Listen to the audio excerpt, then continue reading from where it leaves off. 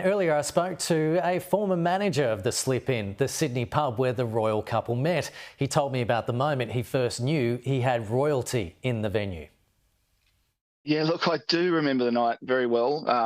What happened is one of my bartenders came over to me and said, "We've got a guy with a black Amex." And I was like, "Oh my God, there's serious wealth there." Back in those days, there weren't many black Amexes around. So we kept a close eye on him, but had no idea that he was a prince at that time. And about an hour later, word got out that, yeah, we had royalty in the pub.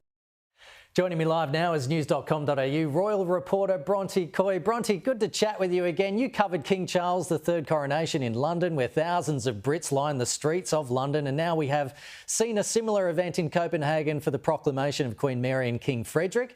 What were the standout differences between the two ceremonies, do you think? Yeah, two changes in monarch, two high-profile changes in monarch in just 12 months. But they actually did look very different. Of course, we had the really traditional coronation of King Charles, which included the nearly 2-hour ceremony, all the religious aspects. We had crowns, we had all of the pomp and pageantry that we had expected. But what we saw overnight in Denmark was a much more scaled down affair. It did have golden carriages, an important feature at both of the coronations. It did have the balcony appearance, as we've seen those photos of Frederik and Mary. And of course, Charles and Camilla and the whole royal family last year. There were similarities in that way, but generally speaking, it was a much more muted affair. There were tens of thousands of people out in the streets at both events, but this one is actually a little bit more impressive given that it was 3 degrees in Copenhagen, apparently felt like -1 with wind chill, so there's some real dedication there.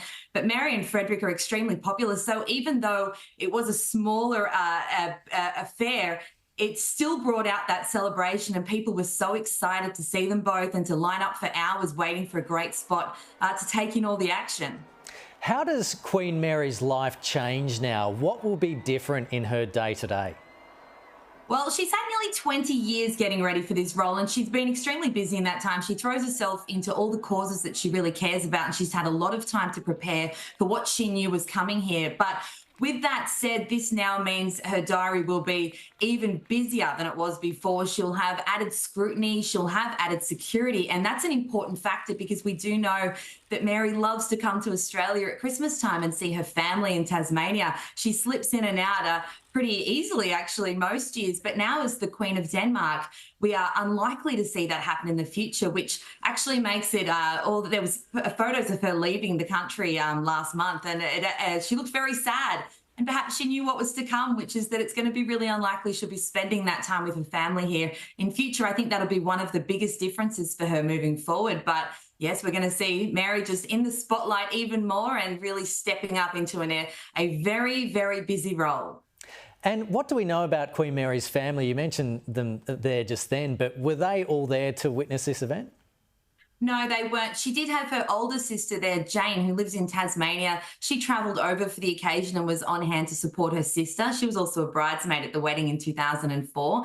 Sadly, Mary's mother died before she met Frederik, and her father, who she is very close with and who walked her down the aisle at the wedding, was unable to attend because he's in his 80s now, and it was his age and his health that had prevented him from flying over there. And it's actually the second royal event he's had to miss recently. But he did live in Copenhagen for a few years, so he could be nearby to his daughter. So certainly I'm sure he was watching it on TV, but disappointing that he couldn't be with her on the big day. Well, you've certainly been busy over the past 12 months. We appreciate you coming on the program. Bronte Coy, thanks so much. Thanks, Kenny.